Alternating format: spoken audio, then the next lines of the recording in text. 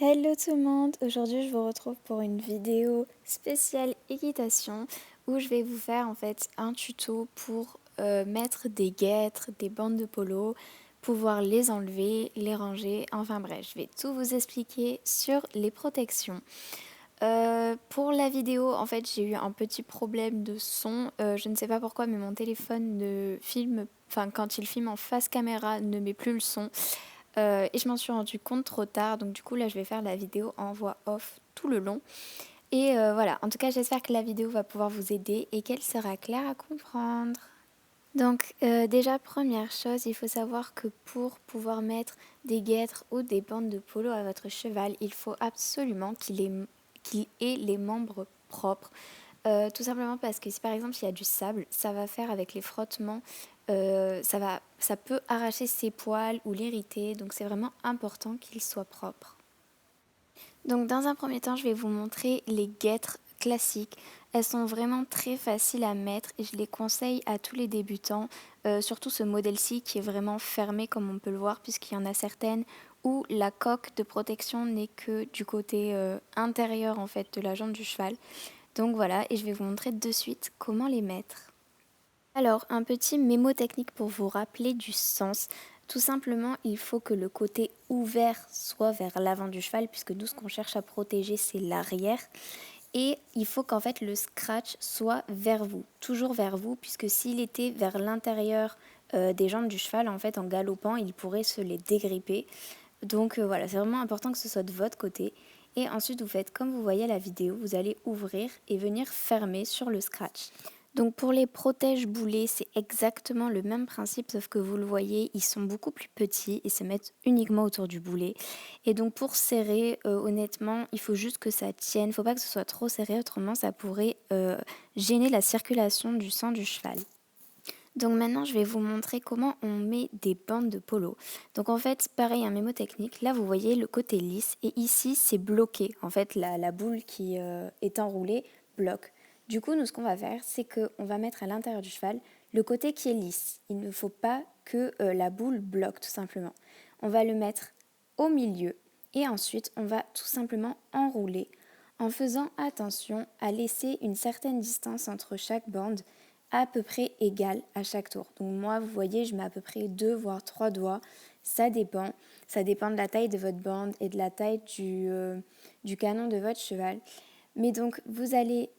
Voilà, la Nino faisait un petit peu la galère à cause des mouches. Donc, vous allez descendre. Et ensuite, quand vous allez arriver au niveau du boulet, vous allez prendre votre bande et enrouler tout simplement le boulet en passant bien par en dessous, car c'est le but aussi, comme vous voyez que je suis en train de le faire là, de le protéger.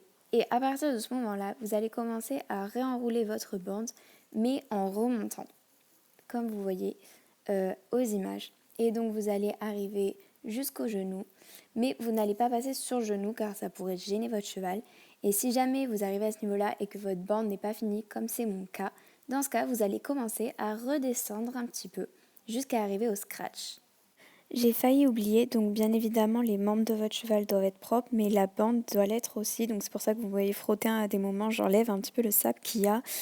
Et surtout, il ne faut pas qu'il y ait de plis, autrement ça pourrait le blesser.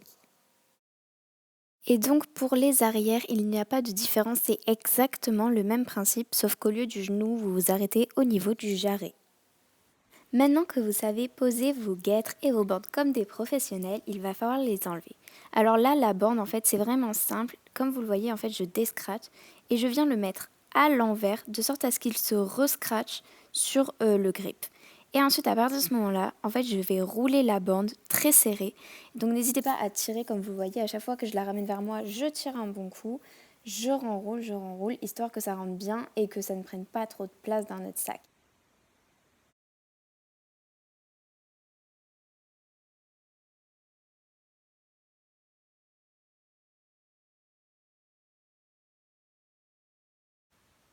Quand vous arrivez enfin au bout de votre bande, vous n'avez plus qu'à faire en fait une sorte de petite encoche. Voilà, comme vous voyez en fait, je vais prendre un petit bout de la bande et mettre le bout qui me restait dedans, histoire que ça bloque et qu'elle ne se défasse pas toute seule. Pour vos guêtres, c'est extrêmement simple. Comme vous voyez à l'image, vous n'avez qu'à descratcher et enlever.